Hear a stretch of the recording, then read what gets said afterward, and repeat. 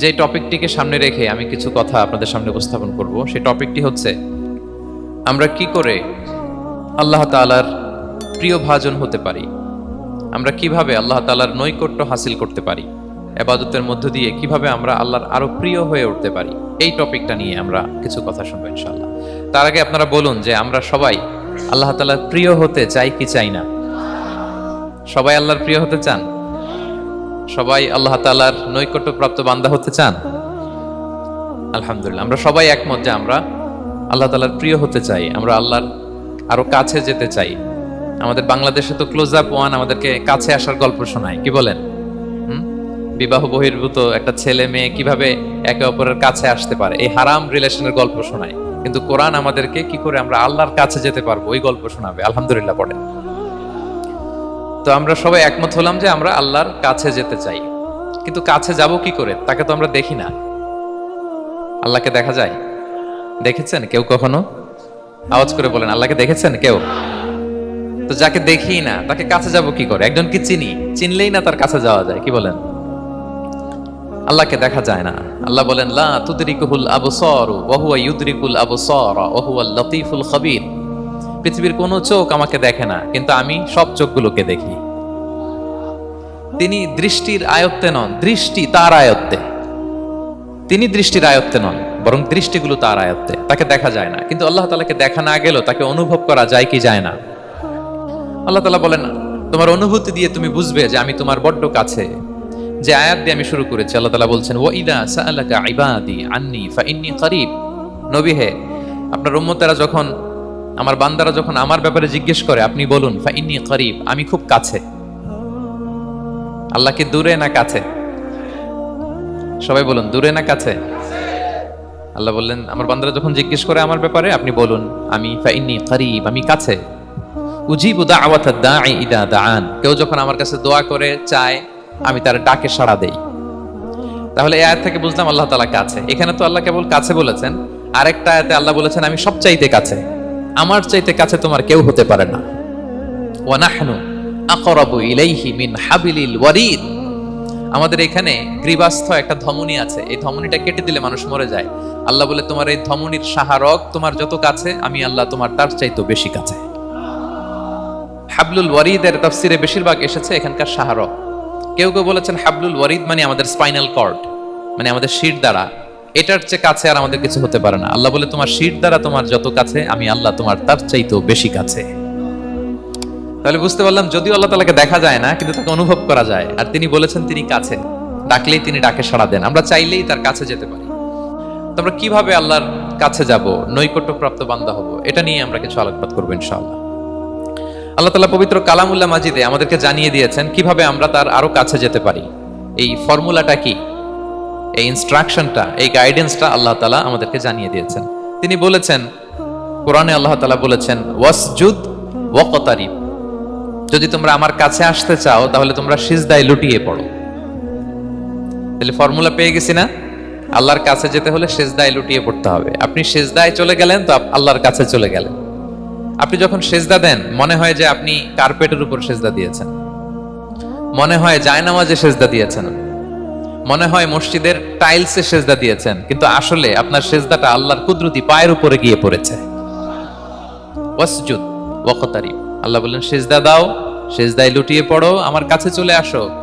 এবং হাদিসে বিষ্ণু সাল্লাল্লাহু আলাইহি ওয়াসাল্লাম বলেছেন আকরাবু মা ইয়াকুনুল আবদু মির রাব্বিহি ওয়া হুয়া সাজিদ ফাআকসিরু ফিহি দুআ। বান্দা যখন সেজদায় চলে যায় তখন বান্দা আল্লাহর সবচাইতে কাছে চলে যায়। ফাআকসিরু ফিহি দুআ, তাই ওই সময়টাতে তোমরা বেশি বেশি দোয়া করো, আল্লাহর কাছে চাও, কারণ এটা একটা মাহেন্দ্রক্ষণ। কি বলেন?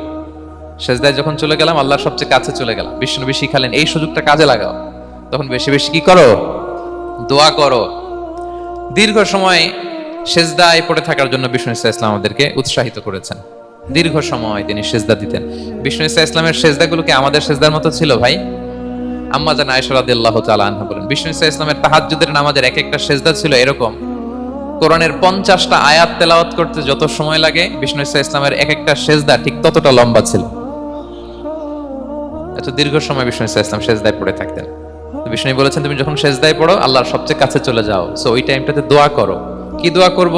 বিষ্ণু ইসলাম সেজদায় পড়ে তাসবিহ পড়তেন, সুবহান রাব্বিয়াল আ'লা, সুবহান রাব্বিয়াল আ'লা। এর অর্থটা খুব সুন্দর। এর অর্থটা আপনারা জানেন? সুবহান রাব্বিয়াল আ'লা মানে আমি আমার রবের পবিত্রতা ঘোষণা করছি, যিনি হচ্ছেন আল আ'লা, সর্বোচ্চ, সবচেয়ে বড়। তার চেয়ে বড় কেউ হতে পারে না। আরবিতে আল আ'লা শব্দের অর্থ হচ্ছে সবচেয়ে উঁচু, সবচেয়ে বড়, সর্বোচ্চ, এটাকে বলে আ'লা। আর আরবিতে সবচেয়ে খাটো, সবচেয়ে নিচু, সবচেয়ে নিম্নে, এটার আরবি হচ্ছে আল আসফাল। এটাকে কি বলে? আল আসফাল। আল্লাহ তাআলা কোরআনে বলেছেন, ইন্নাল মুনাফিকিনা ফি দারকিল আসফালি মিনান নার। মুনাফিকেরা জাহান্নামের একেবারে নিচে থাকবে, নিচে। তাহলে সবচেয়ে নিচু অবস্থানকে বলে আসফাল, আর সবচেয়ে উঁচু অবস্থানকে বলে আ'লা। আওয়াজ করে বলুন, সবচেয়ে উঁচু অবস্থানকে বলে, আমরা ওইটাই বলি আল্লাহকে, সুবহান রাব্বিয়াল আ'লা। আমি আমার রবের পবিত্রতা ঘোষণা করছি, যিনি আ'লা, সর্বোচ্চ। আচ্ছা, একটু খেয়াল করে বলেন তো, তিনি যখন আ'লা, তখন আমাদের অবস্থাটা কি? সেজদা মানে হচ্ছে আমার কপাল, আমার নাক। মানুষ তার দেহের সবচাইতে দামি অঙ্গ মাটিতে ঘষতে শুরু করে ওই টাইমে, ঠিক কিনা? মানে আমার ইগো, আমার অহংকার, আমার দাম্ভিকতা সবকিছু ঝেড়ে ফেলে দিয়ে আমি আমার সর্বোচ্চ সাবমিসিভনেস, লয়ালটি, আনুগত্য, হাম্বলনেস, বিনয় আল্লাহর কাছে দেখাচ্ছি। সেজদায় আমরা যত ছোট হই, এর চেয়ে ছোট আর হওয়া যায় না। সেজদায় আমরা যতটা বিনয়ী হই, একটা মানুষ এর চেয়ে বিনয়ী আর হতে পারে না। এই তো নামাজ শুরু করলাম, আল্লাহু আকবার। এরপর রুকুতে জাস্ট বো ডাউন আর হেড, মাথা একটু ঝুঁকালাম। আর সেজদায় একেবারে মাথাটারে কি করলাম? মাটিতে মিলিয়ে দিলাম। তার মানে আমি চলে গেলাম আসফালে। আসফাল মানে সবচেয়ে নিচে। আমি চলে গেলাম সবচেয়ে, আর সবচেয়ে নিচে যে আমি ঘোষণা দিলাম সুবহান রাব্বিয়াল, মানে হে রব, আপনার প্রশংসা, আপনার পবিত্রতা, আপনি আ'লা। আল্লাহ, আমি আর নিজেকে এর চেয়ে তুচ্ছ করতে জানি না, এর চেয়ে ছোট আর করতে পারি না। আমি আমার নিজেকে উজাড় করে দিলাম, সবচেয়ে ছোট, তুচ্ছ, নগণ্য করে আপনার সামনে উপস্থাপন করে আমি ঘোষণা দিচ্ছি সুবহান রাব্বিয়াল আ'লা। পবিত্রতা সেই রবের, যিনি আ'লা, সর্বোচ্চ। সুবহানাল্লাহ পড়ে। তাহলে সিগনিফিকেন্সটা বুঝতে পারছেন কেন বিষ্ণু ইসলাম এটা পড়তেন, সুবহান রাব্বিয়াল আ'লা? কারণ আমি থাকি সবচেয়ে আসফালে, নিচে। আর তখন আমি ঘোষণা দেই, glory be to Allah, the most high, the most high, the most high, আ'লা। আল্লাহ, আমি একেবারে নিচে, কিন্তু তুমি হচ্ছে আ'লা। মজার ব্যাপার হচ্ছে, সেজদায় আপনি যত নিচেই থাকেন না কেন, মাথা নাক নিচু করে ফিসফিস করে যাই বলেন না কেন, এটা মুহূর্তে আল্লাহর আরশে চলে যায়। আপনি নিচু হবেন, কিন্তু কথা চলে যাবে আল্লাহর আরশে। এজন্য বিষ্ণু ইসলাম বলতেন, মান তাওয়াদা তারাফা। যে নিচু হয়, আল্লাহ তারে টেনে উপরে উঠায়। আপনি সেজদা দেওয়া মানে কি? নিচু হওয়া, ছোট হওয়া। তো বিষ্ণু ইসলাম বলেছেন, বেশি বেশি সেজদা দাও, তাহলে আপনার মর্যাদা, সম্মান বাড়াই দিবে কে? সম্মানিত ভাইয়েরা, আমরা শুধু সেজদায় যে সুবহান রাব্বিয়াল আ'লা এটাই পড়ি, 3 বার শুধু এটাই পড়ি। কিন্তু বিষ্ণু ইসলাম সেজদায় যে আরো অনেক দোয়া পড়তেন, সেগুলো কি পড়েন আপনারা? বিষ্ণু ইসলাম সুবহান রাব্বিয়াল আ'লা এর পাশাপাশি তিনি সিজদায় যেয়ে পড়তেন সুবহানাকা আল্লাহুম্মা রাব্বানা ওয়া বিহামদিকা আল্লাহুম্মা গফিরলি। এটা জানিই না আমরা অনেকে। সুবহানাকা আল্লাহুম্মা রাব্বানা ওয়া বিহামদিকা আল্লাহুম্মা গফিরলি এর অর্থ হচ্ছে, হে আমার রব, আপনার পবিত্রতা ঘোষণা করছি, আপনার প্রশংসা আমরা করছি, আল্লাহ আপনি আমাকে ক্ষমা করে দেন, আল্লাহুম্মা গফিরলি। এই দোয়াটা বিষ্ণু ইসলাম পড়তেন। এছাড়া বিষ্ণুই পড়তেন সুবহুন কুদ্দুসুন রব্বুল মালাইকাতি ওয়ার রূহ। সকল ফেরেশতাদের অধিপতি রব, সবচেয়ে বড় ফেরেশতা যার 600 পাখা, জিবরাইলের রব, সেই রবের প্রশংসা আমি করছি। তিনি সুবুহ, তিনি কুদ্দুস, তিনি মহাপবিত্র, the most pure, the most high. এভাবে বিষ্ণু ইসলাম আল্লাহর প্রশংসা করতেন। তিনি আরো পড়তেন আল্লাহুম্মা গফিরলি যুনুবি কুল্লাহ দিক্কাহু ওয়া জুল্লাহ আউওয়ালাহু ওয়া আখিরাহ আলানিয়াতাহু ওয়া সিররাহ। আল্লাহ আপনি আমার গুনাহ মাফ করেন, ছোট গুনাহ, বড় গুনাহ, প্রকাশ্য গুনাহ, গোপন গুনাহ, ইচ্ছায় করেছে যে গুনাহ, অনিচ্ছায় করেছে যে গুনাহ, আল্লাহ সব গুনাহ আপনি মাফ করে দেন।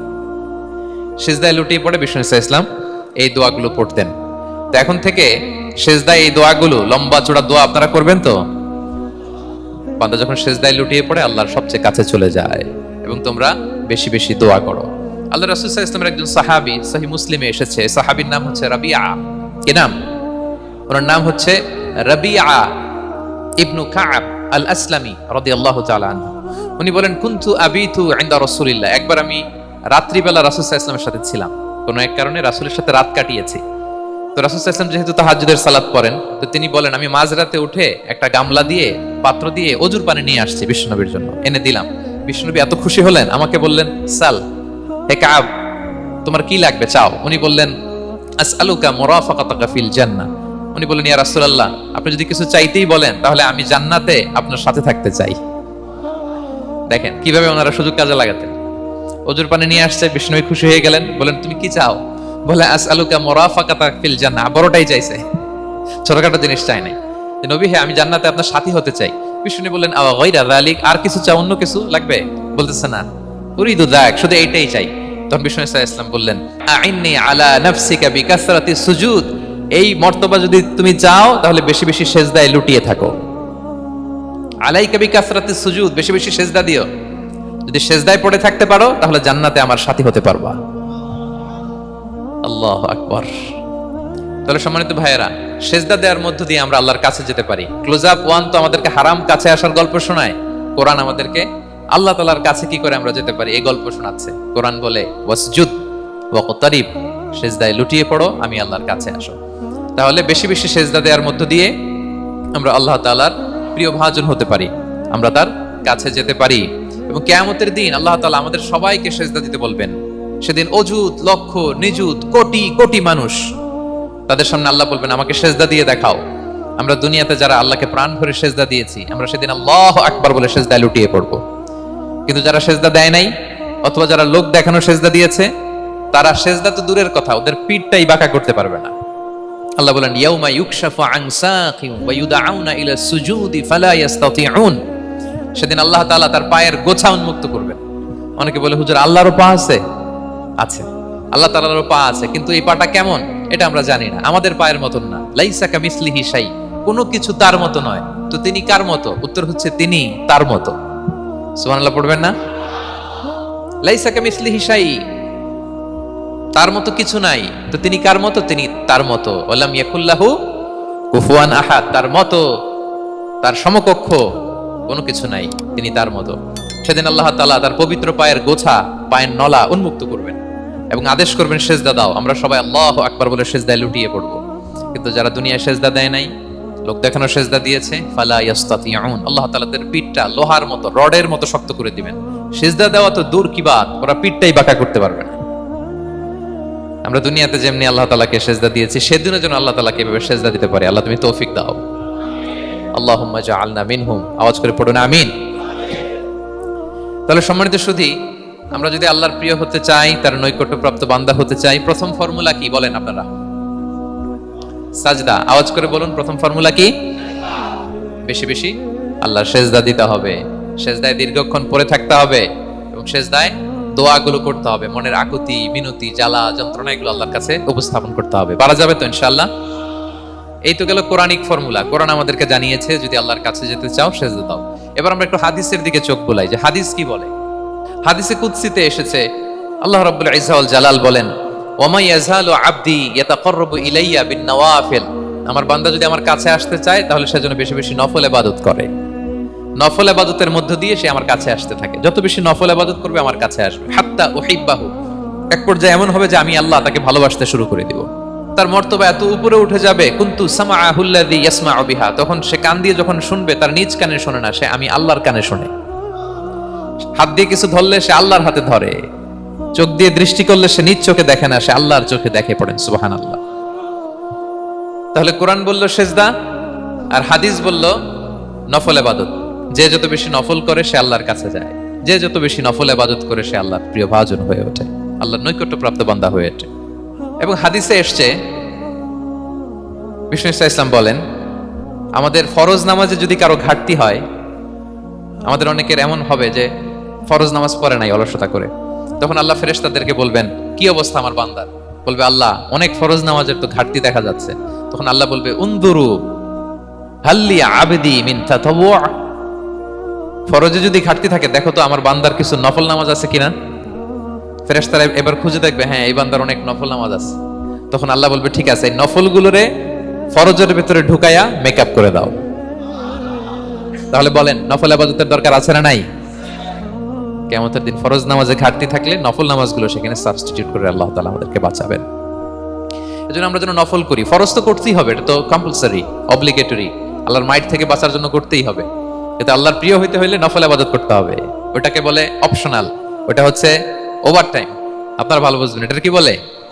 ওভারটাইম। ওভারটাইমের বেতন কিন্তু মূল বেতনেরও বেশি, বেসিকের চেয়ে বেশি। বেসিকে যদি পার আওয়ার 20 রিঙ্গিট হয়, তো ওভার টাইমে পার আওয়ার কত? 30 রিঙ্গিট, 40 রিঙ্গিট, ঠিক কিনা? তো এই জন্য নফলগুলোকে যেন আমরা ছোট মনে না করি প্রিয় ভাইরা। তাহলে আমরা ফর্মুলা পেয়ে গেলাম, আল্লাহ তাআলার প্রিয় হতে চাইলে দুটি কাজ, কোরআন বলে সিজদায় লুটিয়ে পড়ো, আর হাদিস বলে বেশি বেশি নফল ইবাদত করো। আমরা কি করতে পারি, কি কি নফল ইবাদত করে আল্লাহ তাআলার প্রিয় হতে পারি, আমি দুই একটি আপনাদের সাথে শেয়ার করবো ইনশাআল্লাহ। এক নাম্বার যে নফল ইবাদতটি করে আমরা আল্লাহ তাআলার প্রিয় হতে পারি সেটা হচ্ছে তিলাওয়াতুল কোরআন। আল্লাহর কোরআনের তেলাওয়াত, এটা আল্লাহর বাণী। কোরআন তেলাওয়াত মানে আল্লাহর সাথে কথা বলা। ইনদামা তাতলুল কোরআন কাআন্নামা আনতা তুনাজি মা রাব্বিক, যখন আপনি কোরআন তেলাওয়াত করেন কাইন্ড অফ আপনি আল্লাহর সাথে মুনাজাত করেন, মানে একান্ত আলাপন করেন, আলাপচারিতা করেন। বিষ্ণু সাল্লাল্লাহু আলাইহি ওয়াসাল্লাম বলেছেন আফদালুল ইবাদাতি কিরাআতুল কোরআন, নফল ইবাদতের যত লিস্ট আছে এর মধ্যে সবচেয়ে শ্রেষ্ঠ হচ্ছে আল্লাহর কোরআন তেলাওয়াত করা।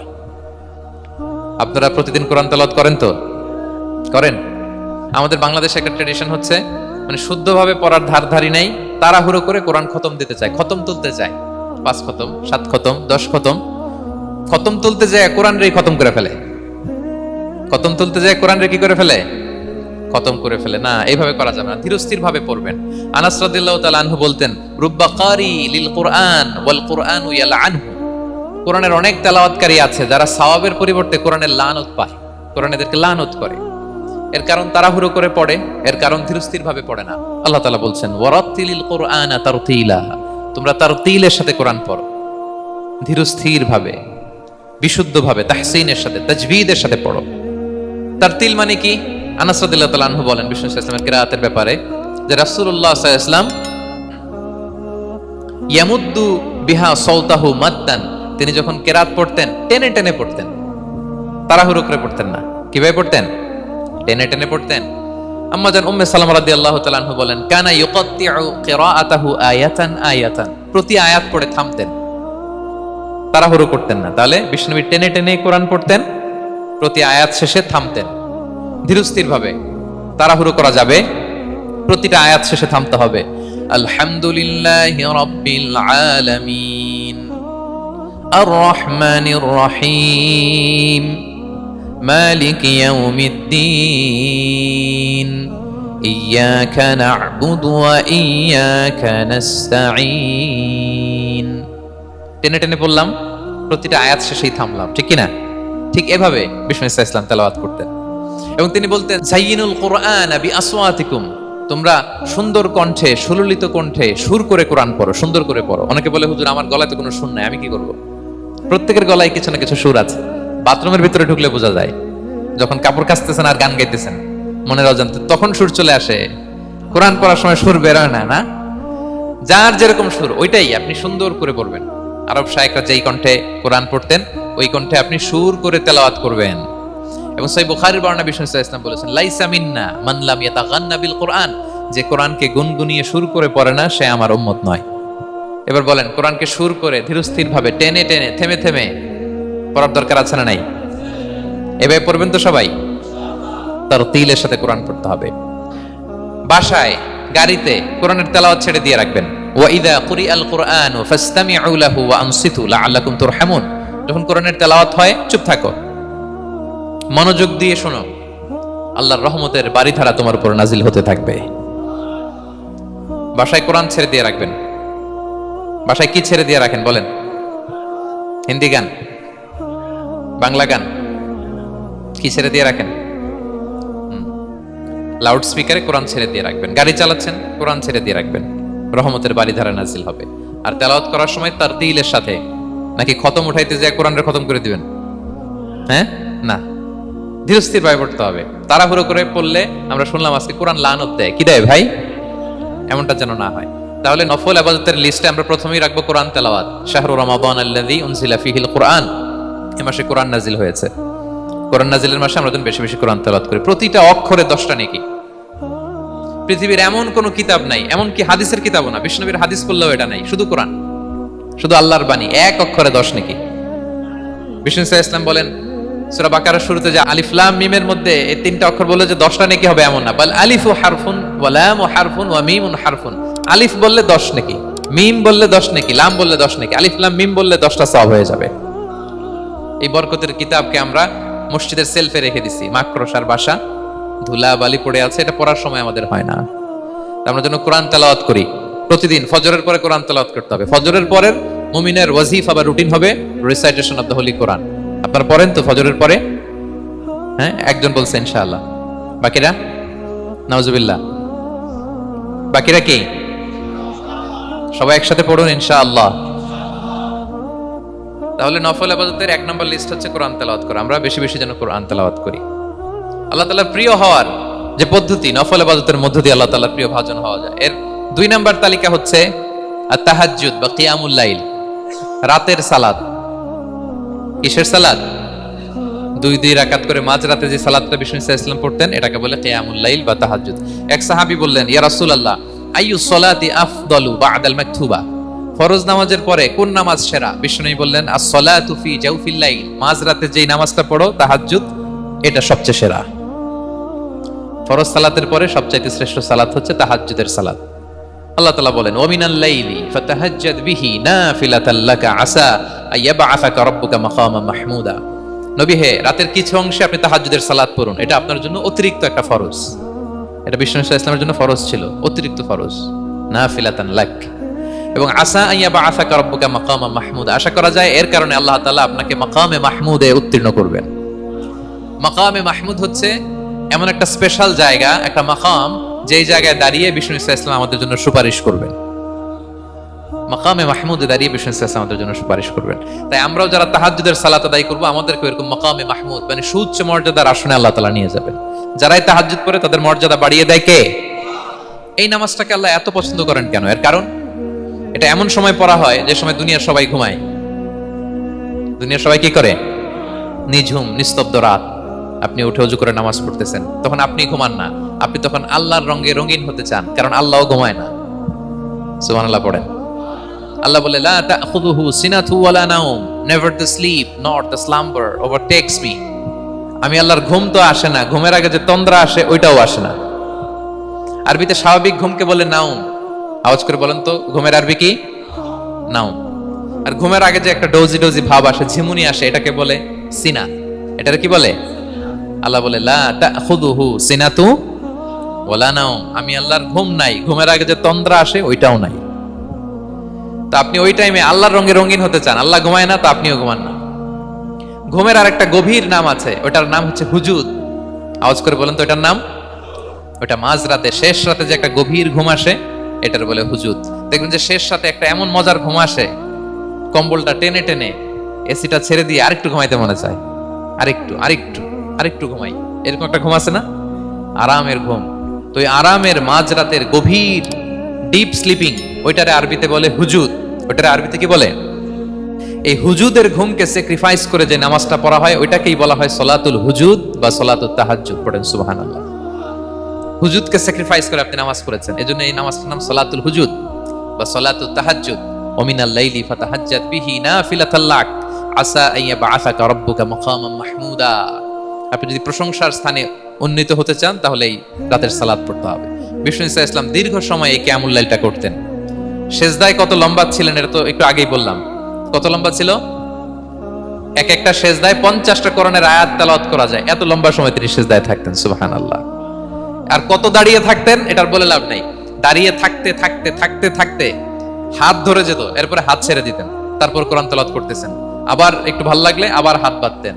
দাঁড়িয়ে থাকতে থাকতে থাকতে থাকতে হাত্তা তাতাফাক্কারা কদামা, পা দুইটা ফুলে এরকম মোটা হয়ে যেত। আম্মা জান আয়েশা বলতেন, ইয়া রাসূলুল্লাহ কদ গুফিরা লাকা মা তাকদ্দামা মিন যামবিকা ওয়া মা তাআখার। আপনার তো এমনিই গুনাহ নাই, কিন্তু আল্লাহ ঘোষণা দিয়েছে আপনার আগের পরের সব গুনাহ মাফ। তা আপনার কোনো গুনাহই নাই, আপনি এত কষ্ট কেন করেন? বিষ্ণু বলেন, ইয়া আয়েশা আফালা আকুনা আবদান শাকুরা, আমি কি শুকরগুজার বান্দাদের অন্তর্ভুক্ত হতে চাইবো না? আমি কি আল্লাহর শুকরগুজার বান্দা হতে চাইবো না? আল্লাহ আমাকে ক্ষমা করেছেন ঠিকই, কিন্তু আমার তো কিছু দায়িত্ব আছে। আমি কি নিজেকে সর্বোচ্চ ভাবে আল্লাহর কাছে পেশ করব না? সারা রাত দাঁড়িয়ে বিষ্ণু সাল্লাল্লাহু আলাইহি ওয়াসাল্লাম এরকম কিয়ামুল লাইল করতেন। তাহলে আল্লাহ তাআলার প্রিয় হওয়ার প্রফিটিক যে সাজেশন, এর একটা হচ্ছে কোরআন তেলাওয়াত করা, 2 নাম্বার হচ্ছে তাহাজ্জুদের সালাত আদায় করা। আপনারা পড়েন তো নাকি? পড়বেন প্রিয় ভাইরা। যদি নিজের সম্মানকে আল্লাহর কাছে উচ্চে তুলে ধরতে চান, যদি বিষ্ণু ইসলামের সুপারিশ চান, যদি আল্লাহ তাআলার প্রিয় ভাজন হতে চান, তাহলে তাহাজ্জুদ ইজ কম্পালসরি। কি পারা যাবে তো ইনশাআল্লাহ? ইনশাআল্লাহ বিইذনিল্লাহ। আল্লাহ তাআলার প্রিয় হওয়ার 3 নাম্বার মাধ্যম হচ্ছে বেশি বেশি আল্লাহ তাআলার কাছে চাওয়া, মানে আদ-দুআ, দোয়া করা। কি করা? বিষ্ণু সাল্লাল্লাহু আলাইহি ওয়াসাল্লাম বলেন আদ-দুআউ মুখুল ইবাদা, দোয়া হচ্ছে ইবাদতের নির্যাস। দোয়া কি? ইবাদতের নির্যাস। এবং আল্লাহর কাছে চাইলে আল্লাহ খুশি হয়, না চাইলে আল্লাহ বেজার হয়। ইন্টারেস্টিং না ব্যাপারটা? আর দুনিয়াতে বারবার চাইলে খুশি হন আপনি? একটা বিষয় নিয়ে একজনের কাছে গেলাম, ভাই একটু বিপদে পড়ছি, একটু হেল্প করেন, করলো। এরপরের সপ্তাহে আবার গেলাম, ভাই আমার তো একটু সমস্যা, টাকা পয়সার, একটু হেল্প করেন, মুখ লজ্জায় ধরেন, আবারও করলো। এরপরের সপ্তাহে আবার গেলাম, ভাই বিপদে পড়ছি, একটু হেল্প করেন। এবার কেমন লাগবে বলেন তো? আচ্ছা গেল। এরপরের সপ্তাহে আবার, এবার কি করবে? দৌড়ানি দিবে লাঠি লয়া, ঠিক কিনা বলেন? তুমি মামুর বাড়ির আবদার পাইছো না, প্রতি সপ্তাহে সপ্তাহে বিপদে পড়ছি। তার মানে এই দুনিয়ার হাইসিয়াত হচ্ছে বারবার কারো কাছে কোনো ইস্যু নিয়ে যাওয়া যায় না, বারবার কোনো ব্যাপার নিয়ে কারো কাছে চাওয়া যায় না। চাইলে সে রাগ করে, অখুশি হয়। কিন্তু আল্লাহর কাছে এটা বিপরীত। বিষ্ণু বলেন ইন্নাহু মান লাম ইয়াসআলিল্লাহা ইয়াগদাব আলাই, যে আল্লাহর কাছে বারবার বারবার চায় না, আল্লাহ তার উপর রাগান্বিত হয়ে যায়। আর বারবার বারবার বারবার তার কাছে চাইলে আল্লাহ তাআলা তার প্রতি খুশি হয়ে যায়। এজন্য আল্লাহ তাআলার কাছে চাইতে হবে প্রিয় ভাইয়েরা, চাইতে হবে, বিনয়ের সাথে চাইতে হবে, চোখের পানি ছেড়ে চাইতে হবে, একাগ্র চিত্তে চাইতে হবে, চাওয়ার মতো চাইতে হবে। চাওয়ার মতো চাইলে আল্লাহ দেয়। যারা চাইতে পারে আল্লাহর কাছে, তারা আল্লাহর কাছ থেকে নিয়ে ছাড়ে। দেখবেন যেই বাচ্চা কাঁদে বেশি, ওই বাচ্চাকে মা দুধ খাওয়ায় বেশি, ঠিক কিনা? আর যেটা কাঁদে কাঁদে না, ওইটা টেক কেয়ারও কম। যেই ফ্যামিলিতে অনেক বাচ্চা কাচ্চা, দেখবেন যেটা কাঁদে বেশি, ওইটা টেক কেয়ারও বেশি। তো আপনি যত চাইবেন আল্লাহ তাআলা তত খুশি হয় আপনার প্রতি। কিভাবে চাবো? একাগ্র চিত্তে চাইতে হবে। আমরা অনেক সময় দোয়াও করি, আবার আরেক দিকে তাকায় আছি। এই যে দোয়া করতেছি, দেখেন আল্লাহুম্মা আমিন, রব্বানা আতিনা ফিদ দুনিয়া হাসানা ওয়া ফিল আখিরাতি হাসানা। দোয়াও করতেছে, ইন্টেরিয়র ডিজাইনও দেখতেছে। এটা দোয়া হইছে? কথা বলেন না কেন? দোয়া হইছে? আবার দোয়াও করতেছে, দোকানের হিসাবও মিলাইতেছে, রব্বানা আতিনা ফিদ দুনিয়া। দোয়াও চলতেছে আর দোকানের হিসাব কিতাব যা আছে, এরকম দোয়াও আছে না নাই? এটার একটা আমি নাম দিছি, এটারে আমি বলি রোবোটিক দোয়া। মানে রোবট, আপনি একটা সিস্টেম অন করে দিবেন, ওটা করতেছে, এটার কোনো প্রাণ নাই, ওটার মধ্যে কোনো অনুভূতি নাই, কোনো রিয়েলাইজেশন নাই। এই অনুভূতিহীন দোয়া আল্লাহ কবুল করেন না, আল্লাহ কবুল করেন না। আপনার দোয়ায় প্রাণ থাকতে হবে, এখানে আপনার ধ্যান থাকতে হবে, মন থাকতে হবে, আপনার আকুতি থাকতে হবে, চাওয়ার মতো আল্লাহর কাছে চাইতে হবে। কিভাবে চাবেন?